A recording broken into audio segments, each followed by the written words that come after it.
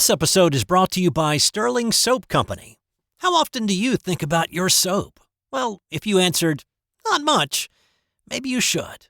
You see, a lot of what passes for soap in stores is technically not soap, according to the FDA's definition. It's full of lab-created chemicals and detergents because, well, it's cheaper to make.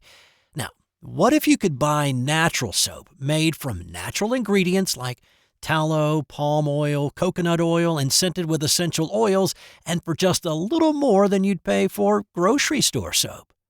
Sterling Soap is 100% natural, and with a wide variety of bath soaps, shave soaps, beard balm, lotions, and cologne, there's a product and a scent for just about everybody. Check them out for yourself at sterlingsoap.com. That's STIRLING soap.com. Are you a hockey fan? Then you'll love Eric Zweig's new book, Hockey Hall of Fame True Stories 2. It's a treasure trove of untold tales, bizarre incidents, and captivating trivia that will leave even the most devoted puckhead astounded. The intense rivalries, epic showdowns, and historic clashes that shaped the NHL's early years, it's all in there. Zweig uncovers the true stories that helped shape the sport, ensuring that you will never look at hockey the same way again. Check out Hockey Hall of Fame True Stories 2 on Amazon or wherever fine books are sold.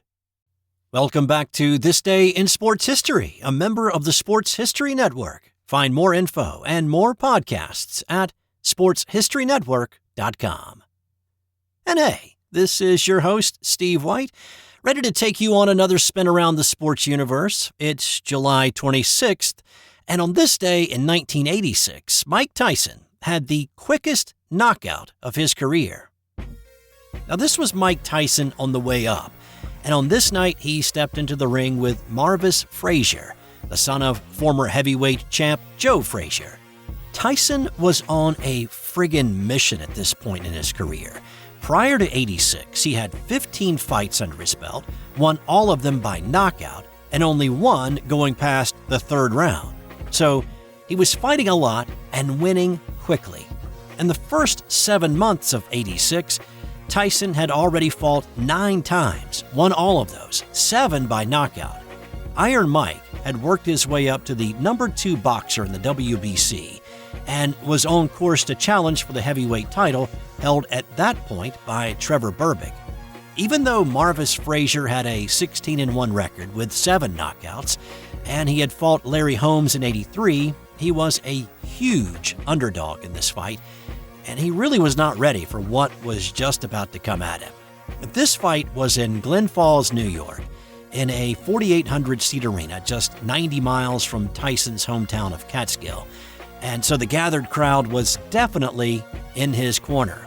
He probably didn't need much encouragement, though. When the bell rang, Tyson charged at Frazier. Marvis tried to cover up and may have thrown 2 weak punches. 21 seconds into round 1, Tyson threw a right uppercut that stunned Frazier.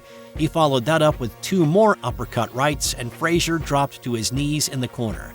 By the time the referee stopped the fight, it had been a total of 30 seconds, the quickest knockout of his career. On his meteoric rise to becoming the youngest heavyweight champion, Tyson fought 2 more times before getting a shot against Berbick in November of 86. For Marvis Frazier, this bout made him start thinking about another line of work. He only fought 3 more times after this one before going into the ministry. On this day in 1992, 45-year-old Nolan Ryan struck out 5 Baltimore Orioles and tallied his 100th K of the season. It was his 23rd straight season with 100 or more strikeouts, setting a new major league record. He had only 1 more season after this one left in his career, but he was still showing that he had some gas in the tank. After the win on this night, he was 5-0 on the year with a 1.65 ERA. The season kind of went south for him after this game, though, losing his final 9 decisions of the year. On this day in 1984, Vida Blue was suspended for the rest of the year by Commissioner Bowie Kuhn. This came about when Blue, along with 3 other Kansas City Royals, were accused of cocaine possession. The other 3, Willie Wilson, Willie Aikens, and Jerry Martin, admitted attempted possession of cocaine and served brief suspensions. Blue pled guilty to actual possession, and he spent 3 months in jail. On this day, Kuhn dropped an additional hammer on him. The Royals had already dropped Blue from the roster, and he was trying to catch on with the San Francisco Giants.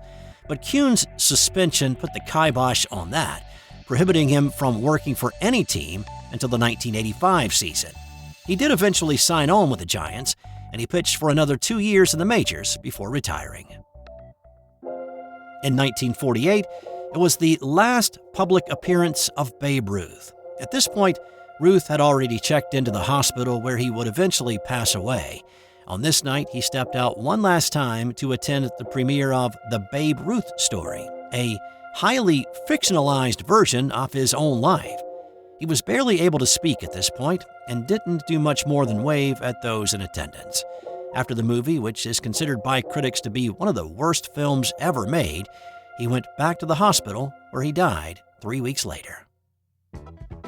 And one more baseball story, and if you're a very good listener to This Dish, then you know this story, but on this day in 1933, Joe DiMaggio failed to get a hit, and his consecutive game hitting streak was over. Wait, didn't you just do that story? Yeah, but that was in 1941. This is 1933, and Joe D was playing with the San Francisco Seals in the minors in the Pacific Coast League. He had just compiled a 61-game hitting streak, but on this day, he did not get a hit. It was only a precursor of what would come in his career 8 years later. And on this day in 2009, it was the end of another Tour de France. On top of the podium stood Alberto Contador, the team leader of Astana, and finishing third was Lance Armstrong, who was also riding with Astana. Now, Lance did not know how to be second. He did not know how to be third, and he also did not know how to be a lieutenant on a team and let somebody else be the leader. Lance was the field general, and so he and Contador had really worked against each other throughout this tour. But the real reason that I'm bringing this up is that this was Lance's comeback year, right? But why? Why did he come back? He'd already won 7 tours. He'd retired after the 2005 Tour de France. He'd been out of cycling for 3 years, out of the spotlight. Nobody drug testing him on a daily basis. Sure, there were still suspicions of blood doping during his tour wins, but he was done. No need to look into it anymore. But coming back into the peloton in 2009 put the crosshairs back on him. And yeah, he was tested during the tour.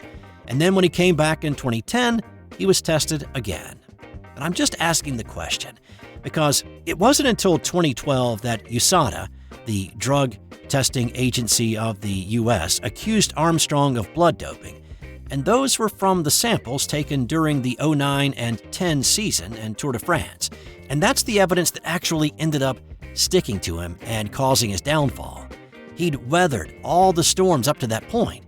The association with Michele Ferrari, the intense investigation by journalists Pierre Ballister and David Walsh, the federal investigation by the U.S. Justice Department, all of those had rolled right off of him and were behind him. So, if he'd just stayed retired, not come back to ride in this 2009 tour, would his blood doping have been investigated any longer? Would his 7 tour wins still be intact? Would he still be raising funds for Livestrong? Time now for today's non-sports Did You Know? As the Olympics get started in Paris today, know that the gold medals awarded are mostly made up of silver and coated in gold. That's all for today. Have a great day, and I'll see you back here tomorrow for another edition of This Dish.